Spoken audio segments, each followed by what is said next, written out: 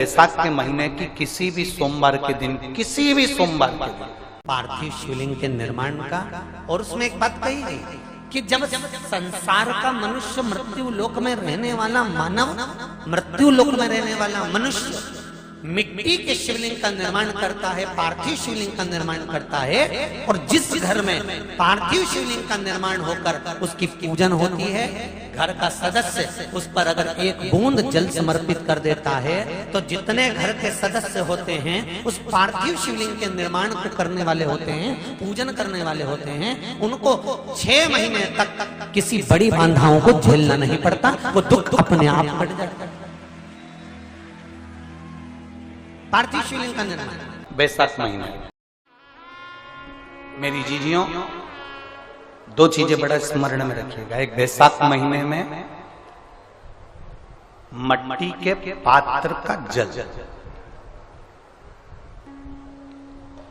अभी अभी क्या चल रहा है? फागुन। अभी क्या चल रहा है? फागुन। जब बैसाख का महीना आए ना,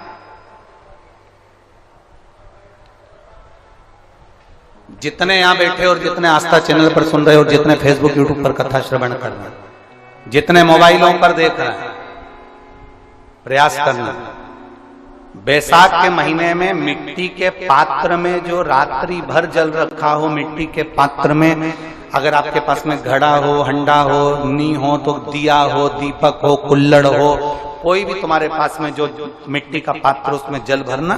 वो जल बैसाख के महीने की किसी भी सोमवार के दिन,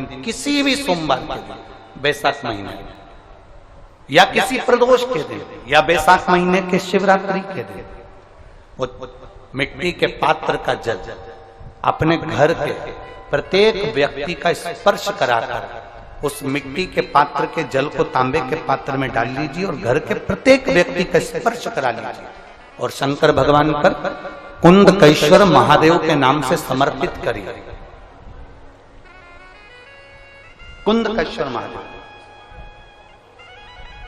कभी जीवन में पीछे पलट कर देखने की जरूरत नहीं पड़ेगी, आप उन्नति की सीढ़ी की ओर बढ़ते चले जाओगे। बैसाख महीने में मट्टी के पात्र का जल भगवान शंकर को समर्पित होना चाहिए। उसका सुख हमारे जीवन को एक आनंद, फल प्रदान।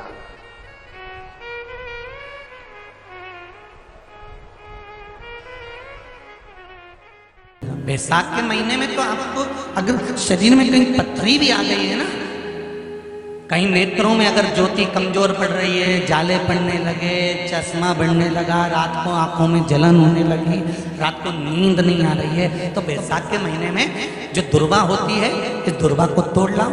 जहां पर अशुक सुंदरी का स्थान होता है, जहां पर अशुक सुंदरी का जो स्थान होता है, उस अशोक सुंदरी के स्थान पर उस दुर्वा को रख दो और कुंदकेश्वर महादेव का नाम है। कौन से महादेव का नाम लेना है? कुंदकेश्वर। उस दुर्वा को उठा कर लिया। बैसाख के महीने में कोई भी तिथि, कोई भी दिन, कोई भी वार आप बैसाख के महीने में कर सकते हो। उस दुर्वा को लेकर आओ, लगभग 20-25 दुर्वा लेना, उसको लेकर आइए। सुबह सुबह कुंदकेश्वर महादेव का नाम लेकर उसको खाना प्रारंभ कर दीजिए। एक दुर्वा रोज खाओ। जो पथरी है या नेत्रों में तकलीफ है या कोई ना कोई रात्रि को नींद नहीं आना, बेचैनी हो जाना, घबराहट होना, धीरे धीरे धीरे धीरे 20 दिन की वो दुर्वा है, 20 दुर्वा एक दिन खाना चालू करो। 4 या 5 दिन लगेंगे, अपने आप आपको कोई गोली खाने की जरूरत नहीं पड़ेगी, नींद अपने आप आना प्रारंभ हो जाएगी और बेचैनी। अशोक सुंदरी वाली जगह पर दुर्वा समर्पित कर कर कुंदकेश्वर महादेव का नाम लेकर, कौन से महादेव? कुंदकेश्वर महादेव का नाम। शिव सुख क्या है? तो क्या कहा महाराज जी? भगवान शिव कहते हैं, हरि पार्वती 1000 अश्वमेध यज्ञ में अग्नि कुंड के अंदर पूर्ण आहुति पर जो गोला समर्पित किया जाता है और एक बेल, एक बीला बैसाख महीने में जो मुझे समर्पित कर देता है उसको 1000 अश्वमेध यज्ञ का पुण्य फल प्राप्त हो जाता है। मात्र एक बेल।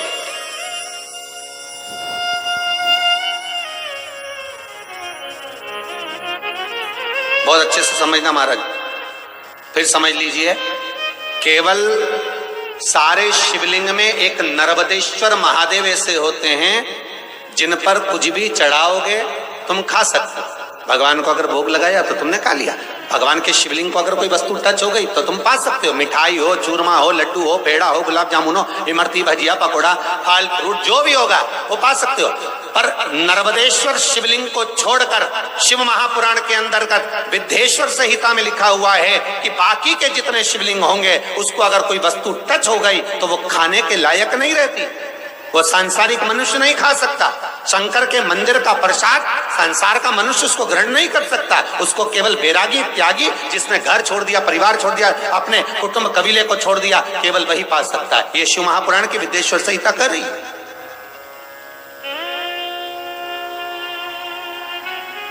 पर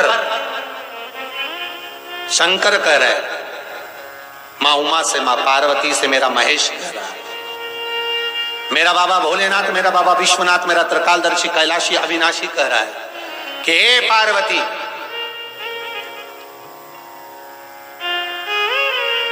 एक बीला, एक बेल जो मुझे समर्पित करता है और समर्पित करने के बाद उस बेल की महत्वता देखिए, जो बैसाख महीने में बाबा शंकर को जो चढ़ाया जाता है और 1000 अश्वमेध यज्ञ का पुण्य फल हम प्राप्त कर लेते हैं मात्र एक फल चढ़ाकर, मात्र एक फल चढ़ाकर।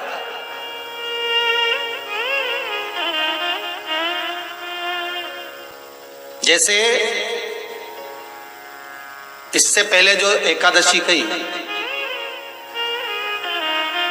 जिसको त्रिविधि एकादशी भी कहते हैं, एकादश पद्म पुराण में लिखा है और विष्णु पुराण में, एकादशी के दिन द्वादशी भी पड़ जाए, एकादशी के दिन त्रयोदशी भी पड़ जाए, मतलब एकादशी, द्वादशी और त्रयोदशी तीनों तिथियां एक साथ पड़ जाए और उस दिन एकादशी का व्रत जो रख लेता है उसको 1000 एकादशी का पुण्य फल प्राप्त हो जाता। फिर वो जिंदगी में एकादशी करे चाहे ना करे। और फिर ध्यान देना, कोई मर रहा है, कोई तड़प रहा है और आपने तो अपने जीवन में एक ही एकादशी करी और वो कौन सी? त्रिविधि। और मान लो कोई मर रहा है तो आप उसमें से अपनी एकादशी में से आप 5 एकादशी दे सकते, भले आपने एक करी, क्योंकि आपने 1000 कर लिए एक साथ, उसका पुण्य आप किसी को प्रदान कर सकते, आप किसी को दे सकते।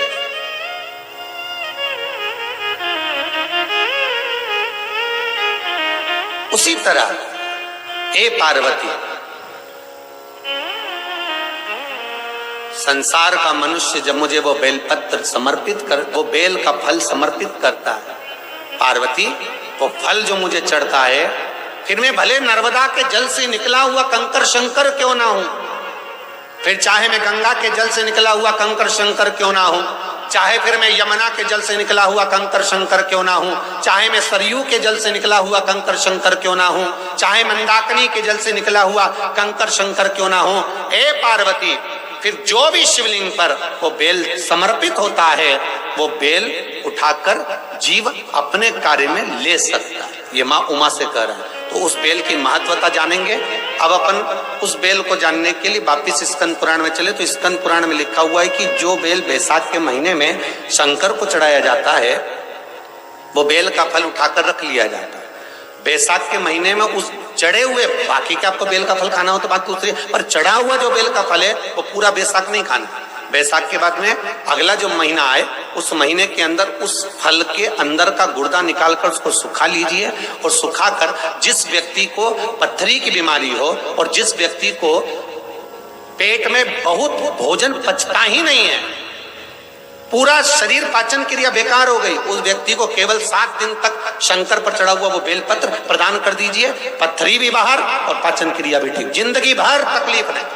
उस बैसाख में उस फल की इतनी महत्वता बाबा भोलेनाथ स्कंद पुराण, लिंग पुराण, नर्मदा पुराण, पद्म पुराण के अंतर्गत, शिव महापुराण के अंतर्गत वर्णन कर, उसकी महत्वता वो बेल का फल साधारण नहीं हो सकता।